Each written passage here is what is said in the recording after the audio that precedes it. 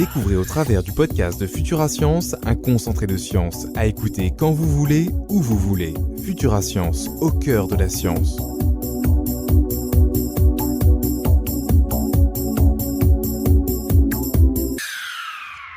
Bonjour, voici les actualités du site futurascience.com pour la semaine du 30 octobre au 5 novembre.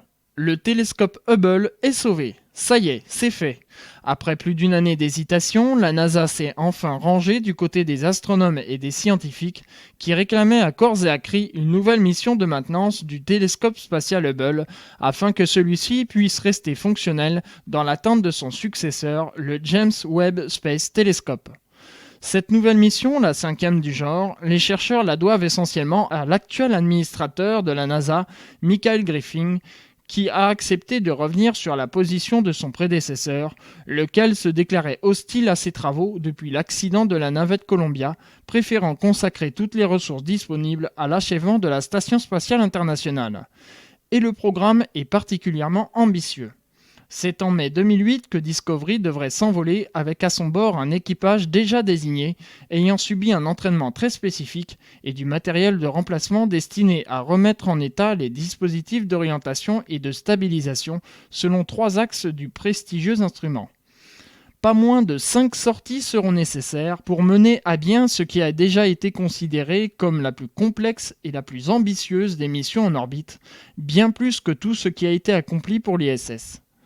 Le coût de la mission est évalué à environ 900 millions de dollars, soit 700 millions d'euros, et permettra d'en prolonger la durée de vie jusqu'en 2013 au minimum.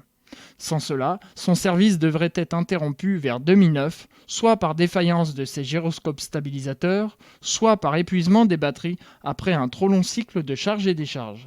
Pour en savoir plus, rendez-vous dans les actualités scientifiques, catégorie univers.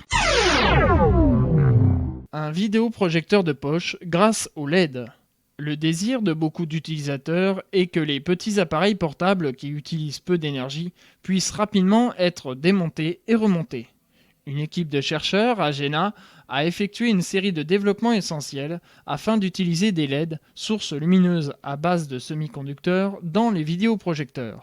Les LED permettent non seulement un faible dimensionnement, une faible consommation d'énergie, mais également une durabilité et une durée de vie plus longue des appareils. Il s'agit de systèmes d'optique composés d'optiques primaires et secondaires. La première sert à collecter et concentrer les photons. La deuxième forme le rayon lumineux et veille à ce que les photons se répartissent de manière égale sur le plan focal. Par exemple, pour le vidéoprojecteur de poche, et afin de pouvoir représenter toutes les couleurs, il faut utiliser des LED rouges, vertes et bleues. Les couleurs sont ensuite fusionnées par l'optique. La taille du petit vidéoprojecteur ne représente alors que la taille d'un paquet de 500 g de café. Il permet de projeter sur une surface de format A1 à A2. Les besoins en électricité sont si faibles que l'autonomie des batteries va jusqu'à 2 heures. Ce nouveau concept permet donc des appareils plus minces, plus simples d'utilisation, avec beaucoup de couleurs. Pour en savoir plus, rendez-vous dans les actualités scientifiques, catégorie high-tech. Futura Science, au cœur de la science. Des trous de verre au centre des galaxies ? La science-fiction en a rêvé et l'univers l'a peut-être fait. Cette théorie, suffisamment folle pour être vraie, vient d'être proposée par Igor Novikov et ses collègues. D'après lui, des trous de verre traversables pourraient exister avec cette fois-ci une quantité arbitrairement faible d'énergie exotique négative s'ils possédaient une charge magnétique et donc un champ magnétique radical. En soi, c'est déjà un résultat assez spectaculaire qu'une telle solution des équations d'Einstein existe effectivement, mais là où ça devient intéressant, c'est que dans le cadre des modèles inflationnaires, et notamment ceux d'inflation chaotique à la Linde, ils pourraient être produits en grande quantité dans l'univers primordial et exister de façon stable pendant une grande durée. De tels trous de verre magnétiques, susceptibles de s'effondrer en formant des trous noirs, pourraient ainsi constituer une partie des objets astrophysiques autour de nous. Les scientifiques proposent donc que certains noyaux actifs de galaxies seraient en fait précisément des fossiles de l'époque où ces trous de verre étaient créés dans les premiers instants de l'univers, en liaison probable avec des fluctuations de champs scalaires responsables de l'inflation ou à cause de processus de gravitation quantique. Dans le cadre de l'inflation chaotique, non seulement il existerait des trous de verre connectant différentes régions dans notre univers, mais aussi entre les régions du multivers.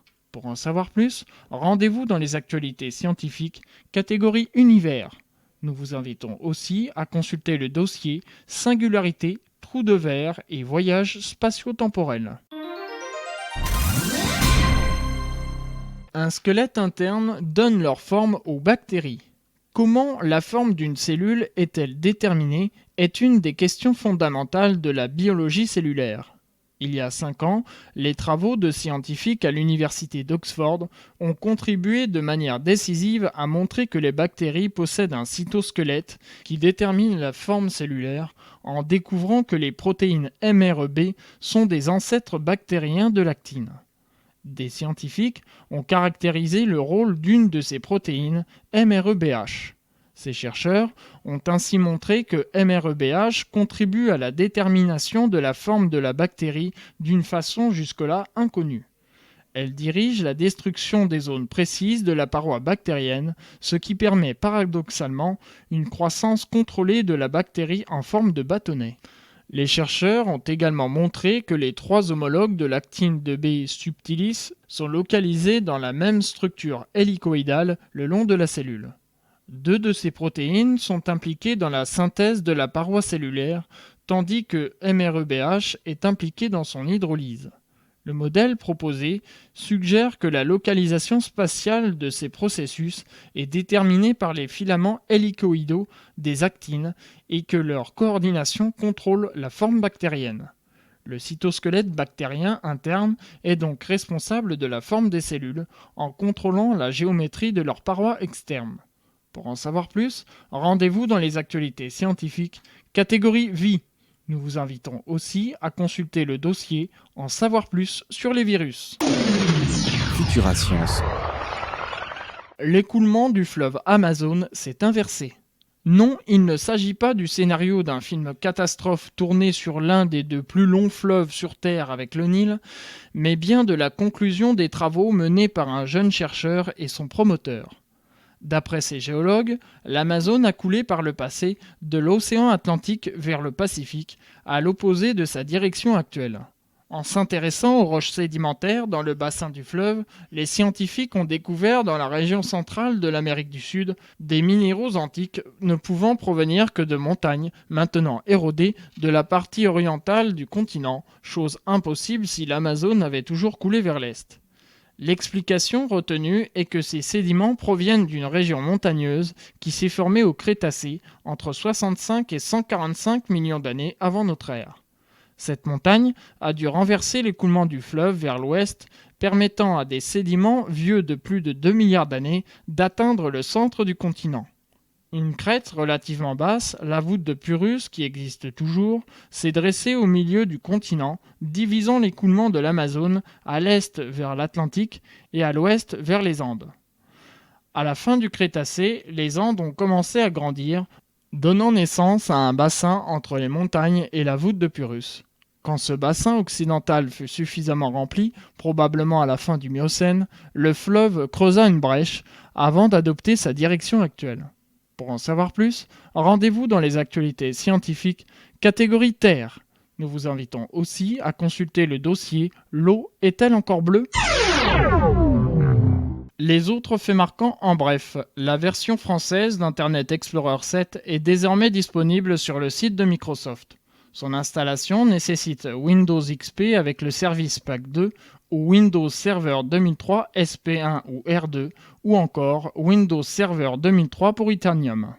Pour en savoir plus, rendez-vous dans les actualités scientifiques du site futurascience.com. Futurascience, au cœur de la science.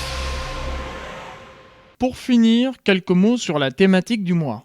Pour ce mois de novembre, Futura Science vous propose le mois médical Maigrir sans régime. Maigrir, c'est le leitmotiv trop souvent utilisé dans le vocabulaire des femmes et souvent bien peu efficace. Il suffit parfois tout simplement de savoir corriger son alimentation et de bouger. Le docteur Martine Balandreau-Olivet a rédigé pour Futura Science un dossier spécial sur ce sujet. Vous pourrez en parallèle lui poser toutes vos questions pendant le mois de novembre sur nos forums. À découvrir également le premier volet d'une série de dossiers sur la grippe aviaire, ses dangers et sa transmission chez l'homme. Thérèse Delvalle, ingénieure de recherche CNRS à l'INIST, vous propose un triptyque sur ce thème qui sera mis en ligne sur 3 mois, novembre, décembre et janvier. Plein feu aussi sur un des organes clés de nos 5 sens, l'œil, vision comparée homme-animal, et la mouche tsetse qui propage la maladie du sommeil, terrible fléau pour l'Afrique. Enfin, suite au succès des forums spéciaux durant la fête de la science, Futura Science vous propose une nouvelle fois de plonger au cœur de la science par l'interview exclusive de Pierre-Gilles Degène, prix Nobel de physique et parrain du site. Alors, à vos claviers pour cette occasion unique. Bonne découverte sur Futura Science. C'était le podcast de Futura Science. Prolongez la découverte sur le www.futura-science.com. Futura Science, au cœur de la science.